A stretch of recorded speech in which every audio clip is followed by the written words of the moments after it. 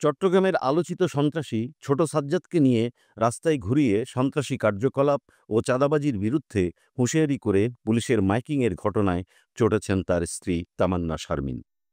মঙ্গলবার সন্ধ্যায় নিজের ফেসবুক পেজ থেকে একটি ভিডিও বার্তায় ক্ষোভ প্রকাশ করেন তামান্না। রিমান্ডের আসামি তার স্বামী সাজ্জাদকে রশি বেঁধে রাস্তায় ঘোরানোকে অপমানজনক এবং তাতে মানবাধিকার লঙ্ঘিত হয়েছে বলেও অভিযোগ করেন তিনি। ভিডিওর শুরুতে তামান্না বলেন, আপনারা আমাকে চেনেন, আমি সাজ্জাদের বউ তামান্না। কোথাও কি কোনো নজির আছে একজন রিমান্ডের আসামিকে এভাবে গরুর মতো রশি বেঁধে এলাকায় এলাকায় নিয়ে ঘোরানোর? আমার হাজব্যান্ডকে এলাকায় এলাকায় নিয়ে গিয়ে জিরো টলারেন্স ঘোষণা করতেছে ওসি আরিফ। আমার হাজব্যান্ড কি কোরবানির গরু? তাকে এভাবে এলাকায় এলাকায় নিয়ে নিয়ে মাইকিং করতেছে। তিনি বলেন, আমি আপনাদের উপর ছেড়ে দিচ্ছি। এটা কি মানবাধিকার লঙ্ঘন হচ্ছে না? আমার হাজব্যান্ডকে এভাবে গরুর রশি দিয়ে বেঁধে এলাকায় এলাকায় নিয়ে গিয়ে অপমান করাচ্ছে কেন?